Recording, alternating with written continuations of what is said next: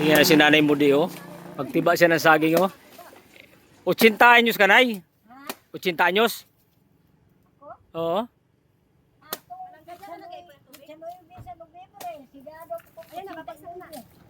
Hala, 89? Ayun. Tumbang saging, 89. Si Nanay Mudi. Tagabantulan, sa Dir. Ayan, binigyan kami ng saging, oh. Binigyan kami ng saging, oh. 89 years old po. Grabe, pero tingnan po ninyo. Lah, 89. Oh, naghahanap. Siya. Oh. Oh, tingnan po ninyo, oh. Lah. Nadaanan po namin siya. Bibigyan niya kami ng saging kasi nabubulok lang ang mga saging. So yan, ah. Oo, ayun. Ano, papruunin muna kay humok pa ni. Ayan, oh, pakro. Si Chichi na yung magata. Eh, bawal sa akin. Eh, mga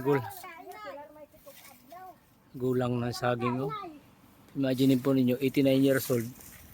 Puputol pa ng puno ng saging. Ayan, oh. Titiba ng puno ng saging. Oh.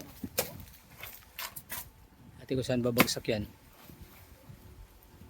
Grabe. Bigay lang po yan, pambihira talaga. Ito po yung sa probinsya namin sa Palawan, no? Ang dami. O yan na, babagsak na. Oh, yun. Yan na. Okay na yan, ay. Turgan di ay na tamango ha. Ay, di na. Sa asa man to? O dito sa kapin sa Ganaw. Hindi na. Sige. Okay na, nanay. Kaya mong lagon. Ayan, kasama ko rin po si Mamang, si Ate Che. Ayan, binigyan ng ano. Binigyan lang ng payo. Nay Mudi, thank you, ha. Thank you, Gate. Ayan, si Nanay Mudi, oh. Nay, thank you, Nay, ha. Ayan, 1, 2, 3, go. Ayan. Salamat, Nay. Sige.